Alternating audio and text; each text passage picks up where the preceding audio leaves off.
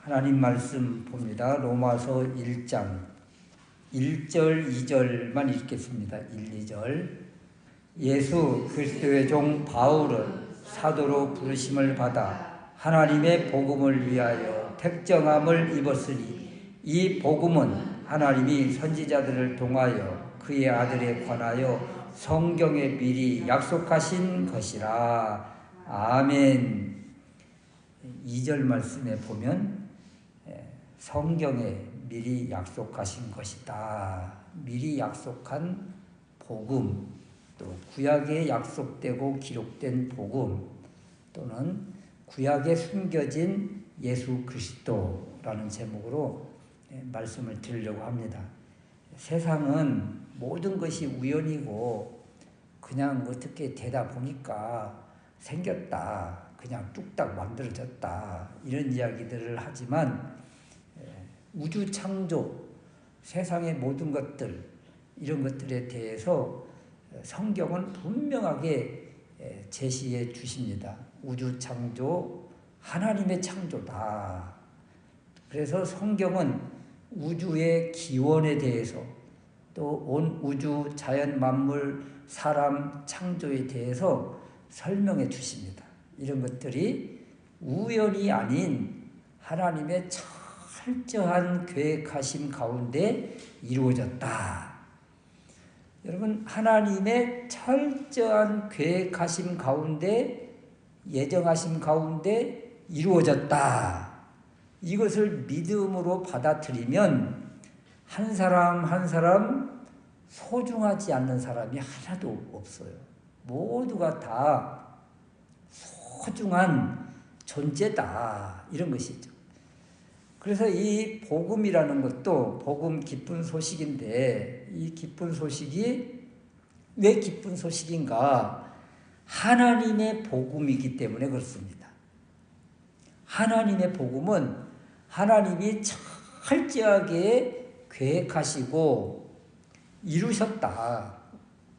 그래서 하나님의 복음이 감추어진 것 같지만 구약 성경부터 계속 면면이 흘러와서, 그리고 예수 그리스도를 통해서 완성된 것, 이것이 바로 하나님의 복음이다. 그렇다면 구약의 선지자들을 통해서 미리 약속하신 그 복음이 무엇인가, 어디에 숨겨져 있는가, 이런 것이죠.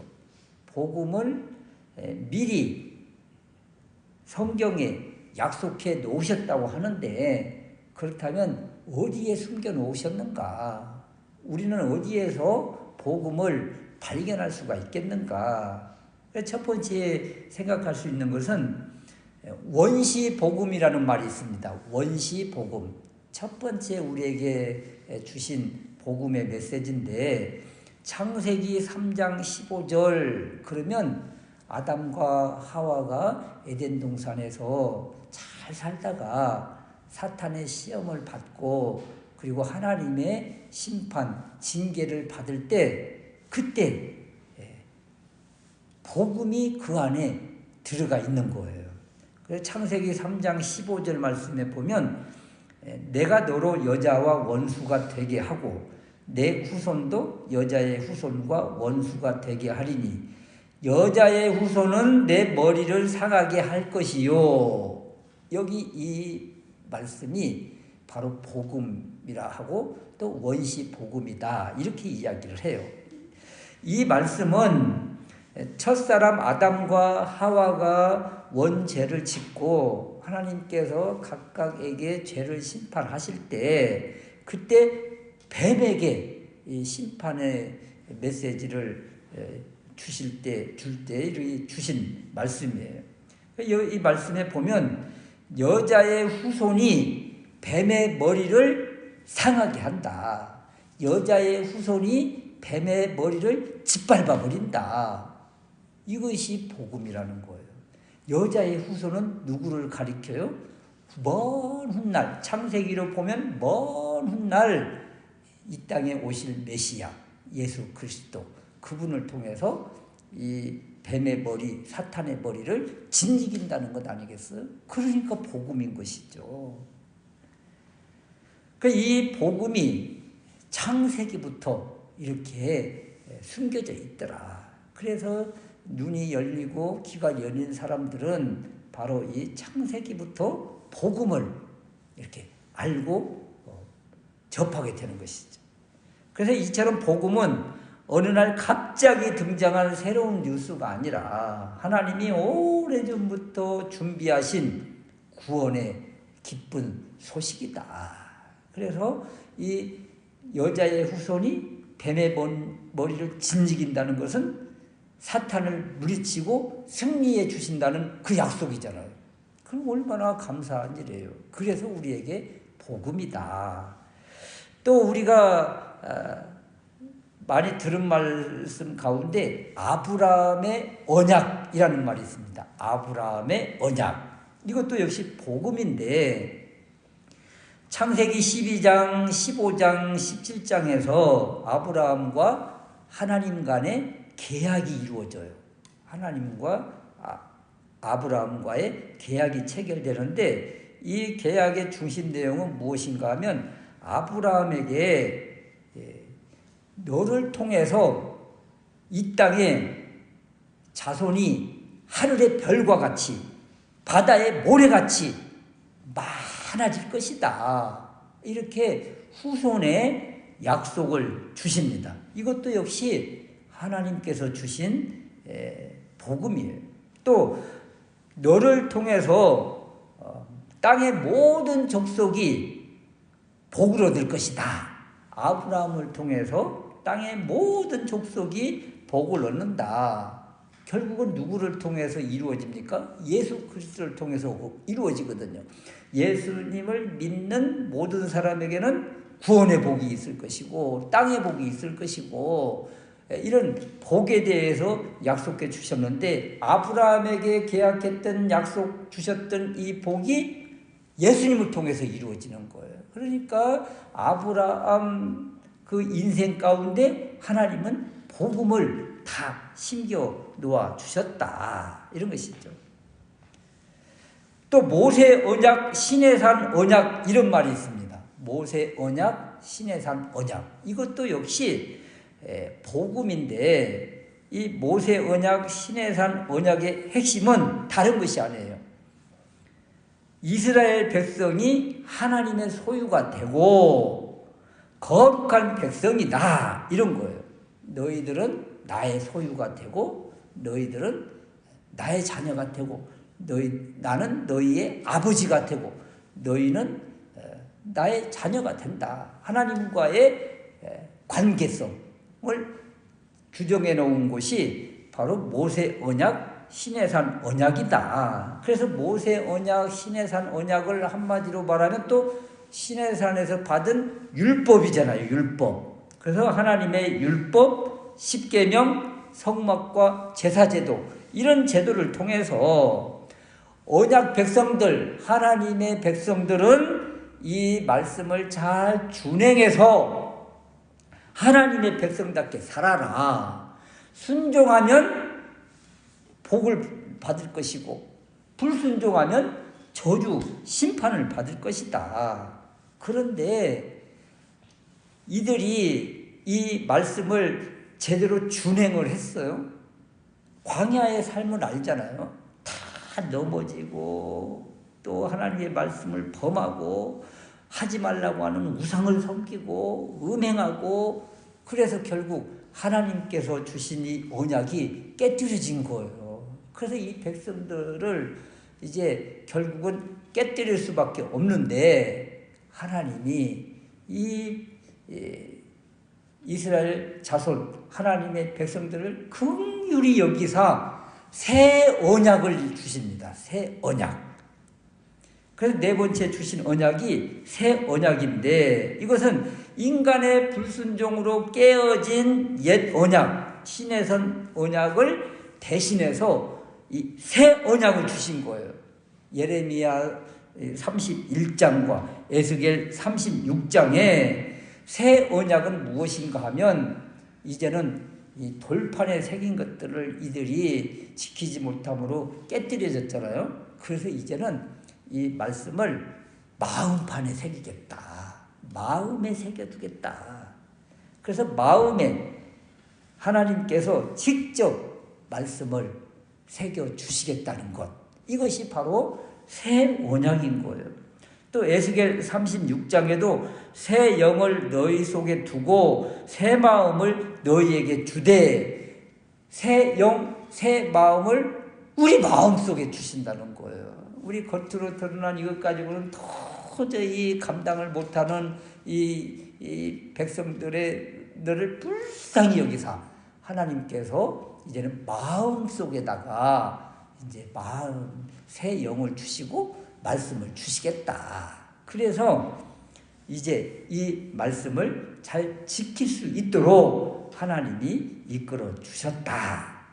이것이 바로 구약에 이미 약속해 놓으신, 숨겨 놓으신 복음, 언약인 것입니다. 하나님은 이렇게 우리를 불쌍히 여기사 창세기에서 말라기에 이르기까지 요소에다가 하나님의 언약, 또 하나님께서 우리에게 주신 복음들을 새겨 놓으셨고, 그리고 이것을 우리 주님이 이 땅에 오셔서 다 끄집어내시고 이루시고 완성하셨다. 이런 것입니다. 그 로마서 1장 2절에 보면 이 복음은 그러잖아요. 이 복음은 하나님의 복음이잖아요. 이 복음은 하나님이 선지자들을 통하여 지금 창세기부터 예레미야 선지자, 에스겔 선지자에 이르기까지 이 선지자들을 통하여 그의 아들에 관하여 성경에 미리 약속하신 것이다. 미리 약속하고 예언되어진 이 분이 직접 이 땅에 오셨는데 그분이 바로 예수 그리스도시다. 그래서 여러분, 우리가 잘 아는 것처럼 예수님이 이 땅에 성육신, 성탄, 아기 예수로 오셔서 예수님이 하신 일들 가운데 꼭 반드시 따라오는 말씀들이 있었어요. 마태복음 1장 22절 말씀에도 보면 말씀을 이루려 하심이라. 애굽으로 피신한 것도 말씀을 이루기 위해서고, 애굽에서 다시 돌아올 때도 말씀을 이루심이라. 다 말씀을 이루신 거예요. 구약에 예언되어진 말씀들을 다 우리 주님이 이루셨다. 그리고 십자가에서 돌아가시고 부활하신 이것도 말씀을 이루신 거예요. 말씀을 이미 구약에 다 새겨진 복음들, 새겨진 약속들을 우리 주님이 이루신 것이다. 누가복음 24장 44절 말씀에 보면 부활하셔서 주신 말씀인데, 내가 너희와 함께 있을 때에 너희에게 말한 바 곧 모세의 율법과 선지자의 글과 시편에 나를 가리켜 기록된 모든 것이 이루어져야 하리라. 그러니까 모세의 글을 통해서, 또 여러 선지자들의 글을 통해서 시편에 장차 오실 메시아 그리스도가 어떤 분이신지, 어떤 일을 하실 것인지에 대한 많은 기록들이 있는데, 이것들을 우리 주님이 다 이루시기 위해서 이 땅에 오셨고, 그리고 다 이루셨다는 거예요. 그래서 십자가에서 돌아가실 때 마지막 메시지가 무엇입니까? 다 이루었다. 이 말씀은 우리의 모든 구원에 관련된 이야기뿐만 아니라 우리 예수님과 관련된 모든 말씀들을 우리 주님이 다 이루신 것이다. 이것이 우리에게는 어떤 의미가 있는가? 구약에 약속된 말씀들, 구약에 숨겨진 말씀들이 우리 예수님을 통해서 다 이루셨다. 메시아와 관련된 말씀들, 복음과 관련된 말씀들을 우리 예수님이 이 땅에 오셔서 다 이루셨다. 이것은요, 우리에게 어떤 의미가 있어요? 구약에 약속되어진 그 수많은 축복의 메시지들, 말씀들, 또 신약에 있는 이 하나님의 말씀들, 이 말씀들이 우리 인생 가운데서도, 우리 삶 가운데서도 반드시 이루어진다는 거예요. 이것이 우리에게 큰 힘인 것이죠. 우리 주님이 위로의 말씀을 주시고, 은혜의 말씀을 주시고, 기쁨의 말씀을 주시고, 또 복의 말씀을 주시고, 또 치유와 회복의 말씀을 주십니다. 이런 것들 그냥 우리에게 읽으라고 주시는 메시지가 아니라 우리의 삶 가운데서도 이 말씀들이 다 적용되고 실제가 되고 이루어진다는 확신의 말씀인 거예요. 우리 주님이 다 이루셨다. 이 말씀은 여기 우리에게 기록된 이 말씀들도 우리에게 다 적용되어지고 실제가 되어지고 이루어진다. 이런 것이죠. 하나님의 약속하신 이 말씀들은 허황된 공수표가 아니다. 반드시 이루어진다는 그 약속의 말씀이다. 그래서 우리가 주님께 더 집중하고 더 주님을 붙잡고 말씀대로 살려고 몸부림치고 말씀 한 절을 붙잡고 이 말씀이 우리 인생 가운데 실제가 되게 해달라고 막 붙들고 기도하는 것이죠. 우리 계약서라는 것을 잘 알잖아요. 계약서의 효력, 또 땅 문서, 집 문서의 효력. 이걸 딱 갖다 대면 상대방이 꼼짝 못하는 것 아니겠어요? 이루어지는 거잖아요. 이런 것처럼 하나님의 말씀이 바로 우리와 하나님과의 약속 계약인 것입니다. 그래서 이 말씀 붙들고 하나님께 우리가 요청할 때 하나님은 우리에게 이 말씀을 확실하게 이루어 주신다. 하나님은 우리의 아버지가 되시고 우리는 하나님의 자녀이며 예수 그리스도는 우리의 주님이십니다. 이것을 확실하게 고백하면서 이 말씀을 우리가 이루어 달라고 말씀의 실제가 되게 해달라고 기도할 때 우리 주님은 이루어 주신다는 거예요. 그래서 구약에 약속된 모든 말씀들을 우리 주님이 이루신 것처럼 우리도 역시 이 약속의 말씀을 붙잡고 기도하면 반드시 이루어지는 것이다. 그런데 우리의 인생이 그렇습니까? 늘 축복이 보장된, 건강이 보장된 그런 삶이 아니잖아요. 때로는 실패하기도 하고 우리는 또 미련하기도 하고 또 연약하기도 합니다. 그러나 하나님의 은혜는, 하나님의 사랑은 우리에게서 한시도 떨어지지 않는다는 거예요. 그것을 좀 우리가 붙잡았으면 좋겠어요. 우리는 때로 미련하고 우둔하고 연약해서 격기를 하고 넘어지기도 하지만, 그렇지만 하나님은 우리에게서 한시도 떨어지지 않는다. 우리와 늘 함께 하신다. 이것을 우리가 붙잡고 나아가는 것. 이것이 바로 믿음으로 붙잡고 믿음으로 행하고 믿음으로 기도하고 믿음으로 나가는 것이죠. 그럴 때 이 은혜가, 하나님의 은혜가 우리 인생 가운데 실제가 되는 그러한 때가 반드시 있다. 반드시 있다. 이것을 기억하고 더 주님을 바라고 말씀 붙잡고 나아가는 우리가 되었으면 좋겠습니다. 구약에 약속되어진 숨겨진 복음이 신약에 우리 주님을 통해서 다 완성됐습니다. 또 구약에 약속된 복음의 말씀들, 신약에 우리에게 주어진 이 말씀들을 우리도 붙잡고 나아가면 이 말씀이 실제가 되고 이루어지는 때가 반드시 있다. 이것을 기억하고 더 주님을 바라고 하나님을 아버지로, 또 우리는 자녀의 관계인 것을, 또 예수 그리스도는 우리의 주님이신 것을 확실하게 선포하면서 이 주님과 함께 늘 동행하는 우리가 될 수 있으시기를, 그래서 복음의 놀라운 능력의 역사가 우리들 삶 가운데서 실제가 될 수 있으시기를 주님의 이름으로 축원합니다. 아멘.